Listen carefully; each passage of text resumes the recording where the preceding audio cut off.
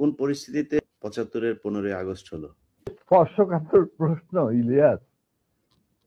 নিজের বাদ্য নিজে বাজানো অনেক সময় ঠিক হয় না, কিন্তু তুমি যখন প্রশ্ন করেই বসলে তখন স্যার, একটা ছোট 15ই আগস্ট কিন্তু কোনো বিচ্ছিন্ন ঘটনা না।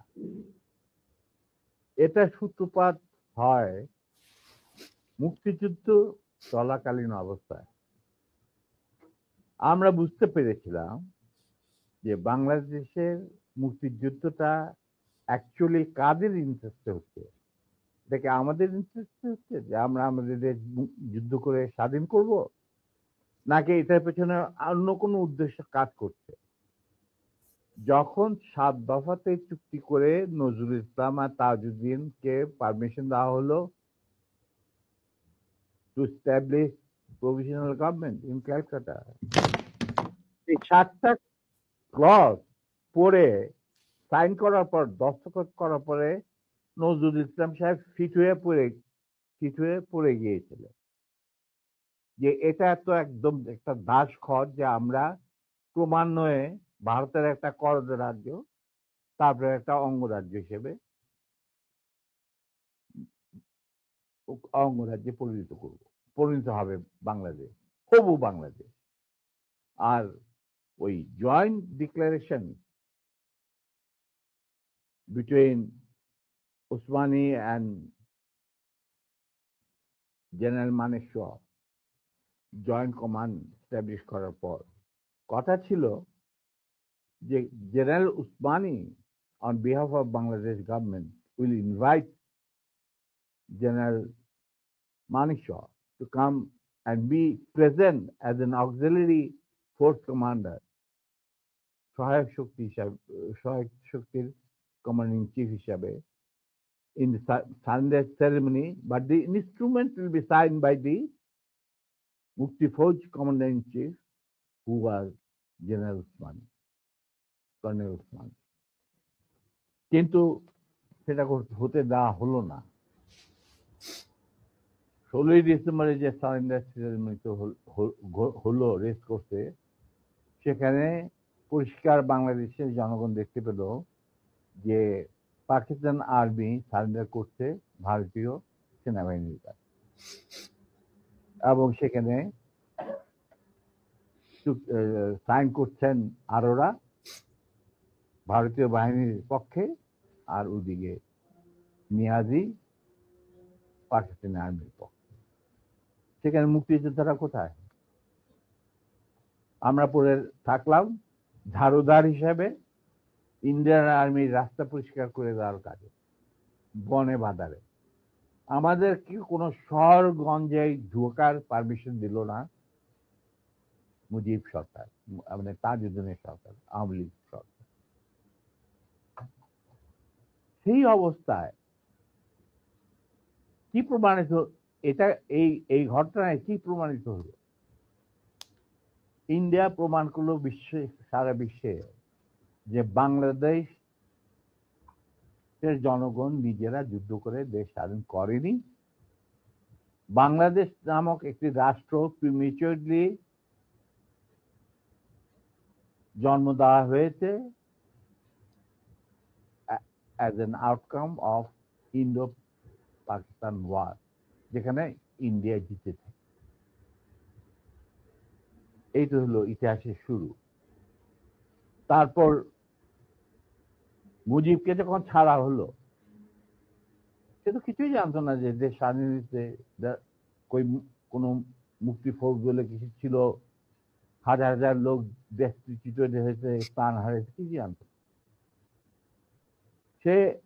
তাকে যখন ছেড়ে দেওয়া হলো, তখন ইন্দিরা গান্ধী তাকে পাকিস্তানে ফোন করে বলল যে, ফোন করলো মুজিব, ফোন করে বলল যে আমি দেশে ফিরে যাচ্ছি। তখন ইন্দিরা গান্ধী বলল, যাওয়ার আগে আপনার সাথে দেখা করে আমি আপনাকে কৃতজ্ঞতা জানতে চাই। তো তখন ইন্দিরা গান্ধী বলল, কৃতজ্ঞতা তো জানাবেন, আপনি ফোন না করলে আমি আপনাকে ফোন করতাম, আপনাকে ঢাকায় সরাসরি আপনি যাবেন না, আপনি নয়াদিল্লি হয়ে যেতে হবে। মুজিব সেটাই করলেন, তিনি চলে গেলেন নয়াদিল্লি, লন্ডন হয়ে। সেখানে কি হলো, যেই 7 দফা চুক্তিতে সাইন করার পর প্রবাসী সরকার গঠন করেছিল তাজউদ্দিন আর নজরুল ইসলাম, সেই আওয়ামী লীগ বাংলাদেশে ক্ষমতা গ্রহণ করলো সারেন্ডারের পর। ওই 7 দফা ভিত্তিতে, এবং সেই 7 দফাতে মুজিব স্বাক্ষর দেওয়ার পর ফিরে গিয়ে তিনি ক্ষমতা নিজে হাতে নিয়ে নিলেন। তাজউদ্দিনকে বললো, তাজউদ্দিন তুমি প্রাইম মিনিস্টার থাকবা না, আমি হমু প্রাইম মিনিস্টার। তারপর কি হলো, কোনো নির্বাচন নাই, কিছু নাই। ওই 70-এর নির্বাচনের সুবাদে তারা ইন্ডিয়ার 4 স্তম্ভ ডুপ্লিকেট বাংলাদেশে ইম্পোর্ট করে তার উপরে একটা সংগঠন বানানো,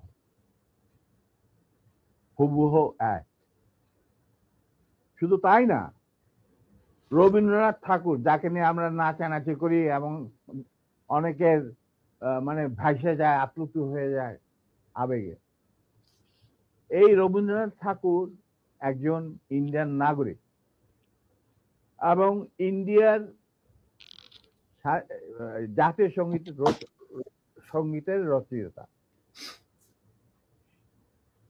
আমাদের দেশে তার চেয়েও প্রতিভাবান কবি কাজী নজরুল ইসলাম উপস্থিত থাকা সত্ত্বেও আমরা সেই ভারতীয় নাগরিকের একটা গানকে আমাদের জাতির উপরে চাপিয়ে দেওয়া হলো জাতীয় সঙ্গীত। পৃথিবীর ইতিহাসে এমন কোন নজির আর দ্বিতীয়টা আছে বলে আমি মনে করি না।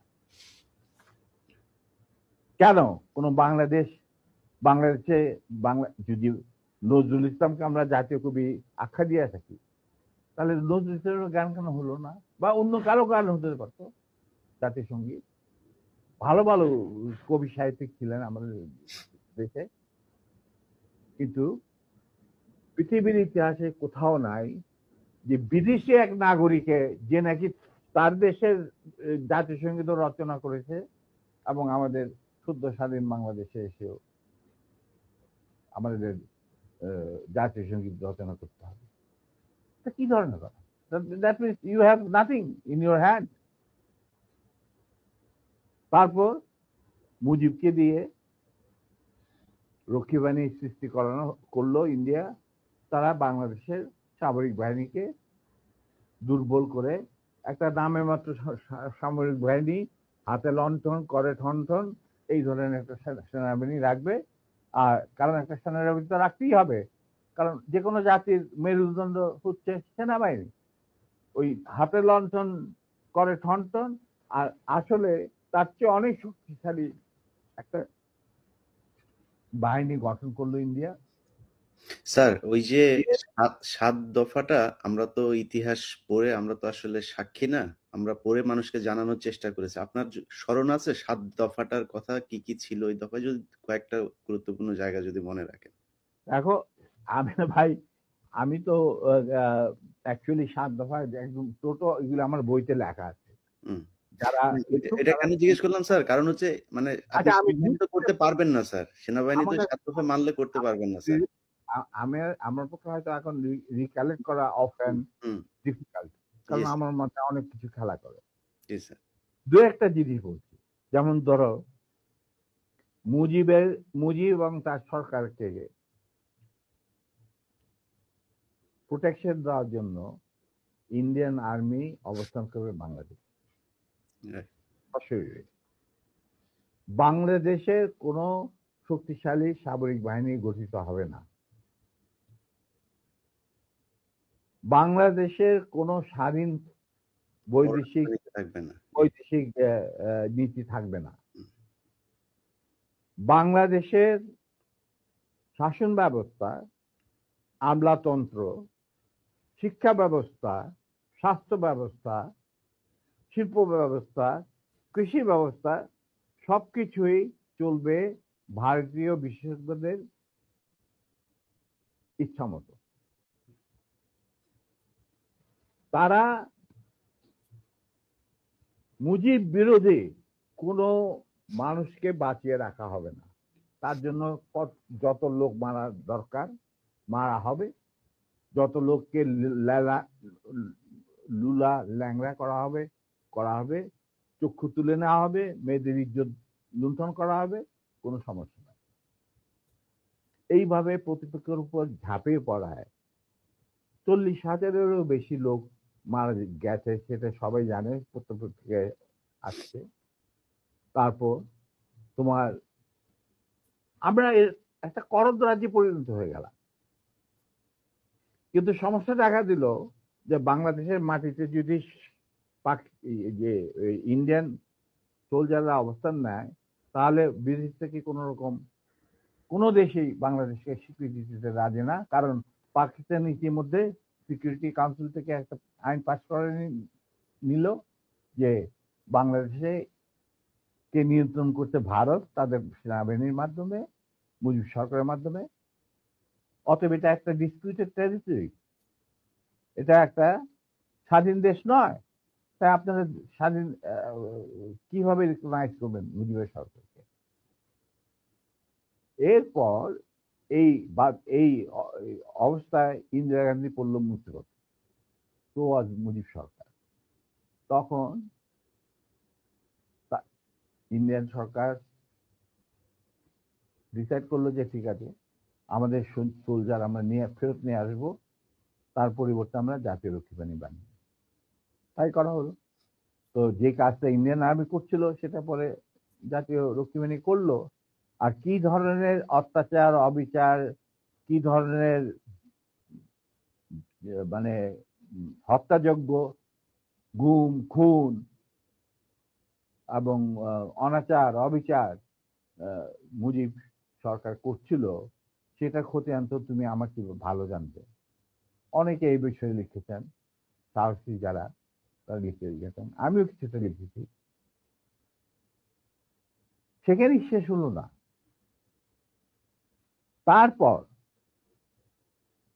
দেখা গেল যে সেই সুতিগার থেকে মুজিব কায়েম করলেন একদলীয় এক ন্যায়কত্ব স্বৈরাচার শাসন বাকশাল, এবং নিজেকে তিনি আজীবন রাষ্ট্রপতি হিসেবে ঘোষণা দেবেন সিদ্ধান্ত না হলো। এই বাকশালের মেম্বার সবাই।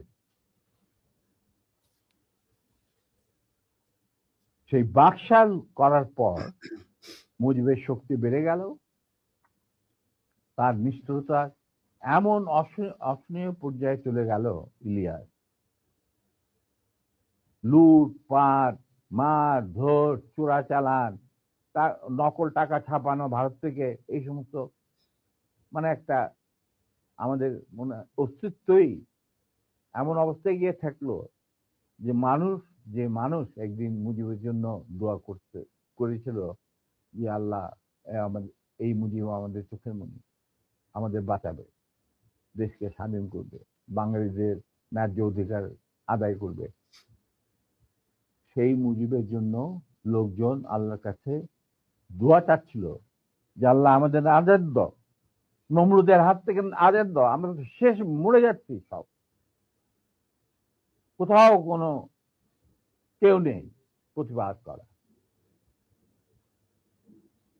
এটা তো আমরা যারা সেনাবাহিনীতে তখন ছিলাম, যারা দেশপ্রেমী যোদ্ধা, তারা ঠিক মেনে নিতে পারেনি। যেভাবে তারা মেনে নিতে পারেনি পাকিস্তানের জান্তাদের অবিচার এবং দুরাচার।